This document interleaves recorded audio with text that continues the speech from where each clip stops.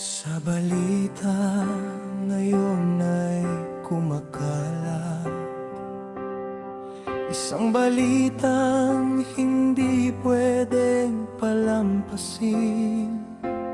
Dating miyembro ng Kongreso, ang pangalan ay kilala, usap-usapan sa publiko.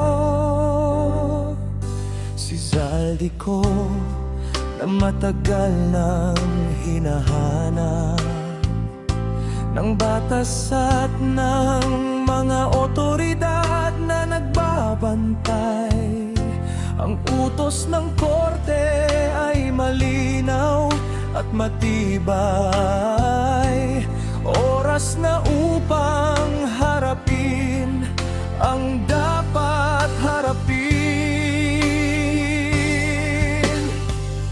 Arestuhin, dadakpin, hindi na makakatakas.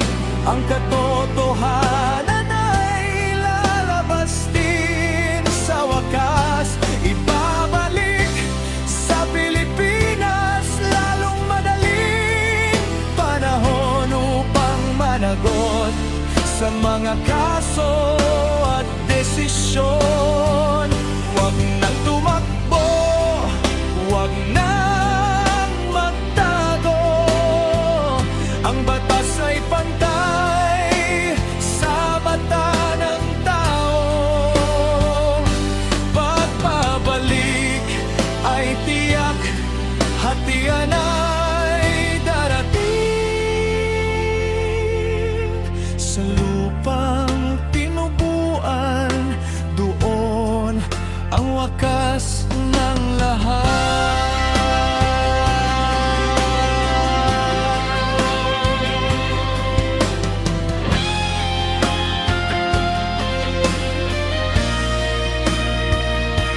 Mula sa malayong lugar, siya ay kukunin upang ibigay sa kinaukulan at ipaliwanag. Ano man ang nangyari, ano man ang kwento, ang proseso ng hustisya ay dapat sundin. Mata ng bayan ay nakamasid ngayon, naghihintay sa resulta ng operasyon.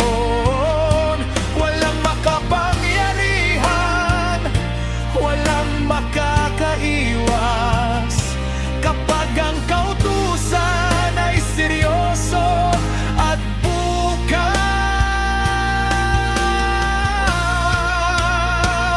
Arestuhin, dadakpin, hindi na makakatakas. Ang katotohanan ay lalabas din sa wakas. Ibabalik sa Pilipinas lalong madaling panahon upang managot sa mga kaso at desisyon. Huwag nang tumakbo, huwag nang magtago. Ang batas ay pantay sa mata ng tao. Pagbabalik ay tiyak, hatian ay darating.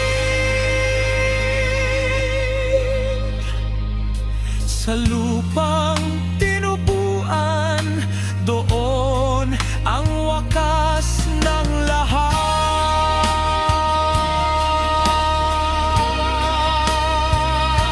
Ibabalik sa lalong madaling panahon.